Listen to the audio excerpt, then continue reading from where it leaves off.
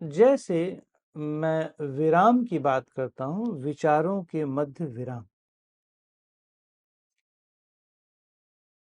जब कुछ भी आप सोच रहे होते हैं, कोई भी वैचारिक क्रिया कर रहे होते हैं, तो आपको केवल लक्ष्य याद रहता है। विचारों में गति और विचारों में विराम, विचारों में फुल स्टॉप, विचारों में कॉमा याद नहीं रहता। जैसे मैं आपसे बात कर रहा हूं, तो इस समय अनैच्छिक क्रिया एक चल रही होती है। आंखों की या जो पलकें हैं ऊपर नीचे हो रही होती हैं।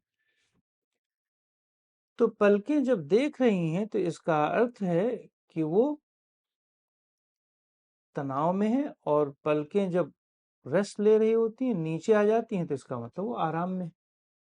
ये क्रिया अनैच्छिक रूप से जब तक आप इंद्रियों का पैटर्न या इंद्रियों को उपयोग में ला रहे हैं तब तक चलता रहता है।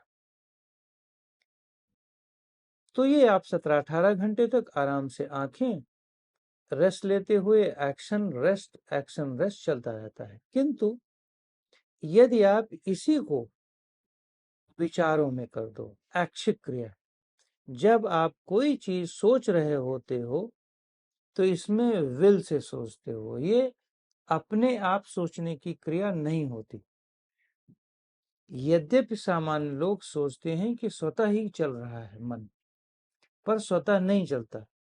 कोई न कोई मन में एक उद्देश्य आता है और फिर आपका मन चलने लगता है, आप मन को चलाने लगते हो, तो विचार प्रकट होने लगता है। विचारों के माध्यम से आप संतुष्ट होने लगते हो।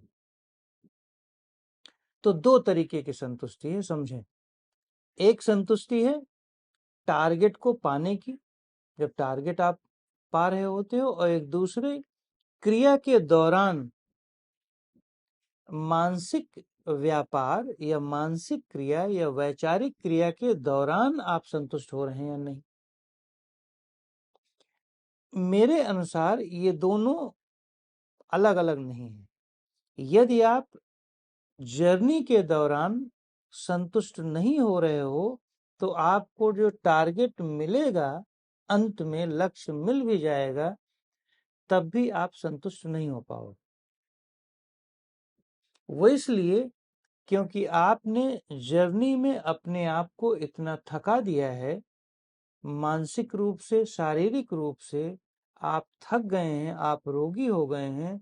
तो आप जब लक्ष्य को प्राप्त करेंगे, भौतिक लक्ष्य या आध्यात्मिक लक्ष्य को, फिर भी आप वहां पे स्थिर और शांत नहीं रह पाएंगे।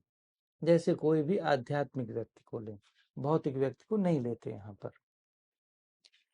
यदि वो बहुत हाइपर एक्टिव, रेस्टलेस माइंड है, उसकी कंसंट्रेशन यदि मान लो बाय द वे बढ़ गई, और उसने मन को एक जगह पर, मतलब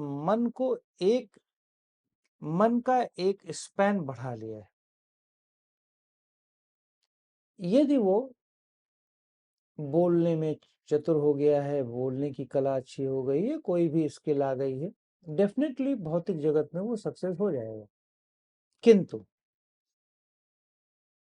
कोई न कोई उसके शरीर में ऐसे रोग पनपने लगेंगे, मन के पीछे कुछ ऐसे रोग पनपने लगेंगे जो शरीर में भारी पड़ जाएगा। और जब शरीर में ज्यादा रोग पनपने लगते हैं तो आपका मन संतुष्ट नहीं रह पाएगा। वो इसलिए क्योंकि शरीर रोगी है। जिस घर में हम रह रहे हैं, यदि वो टूट रहा हो, तो आप चाहे जितने ध्यानी हो, चाहे जितने गुरु हो, आप खुश नहीं रह पाओगे। वो इसलिए क्योंकि शरीर आपका कष्ट दे रहा है, और बायोलॉजिकली आप शरीर से जुड़े हुए हो। तो शरीर में जो भी चुभन होगी, जो भी दर्द होगा, वो आपको झेलना पड़ेगा। ये जरूर है कि आप ये मान करके झेल लेते हो कि ये मेरा पिछले जन्म का कर्म है।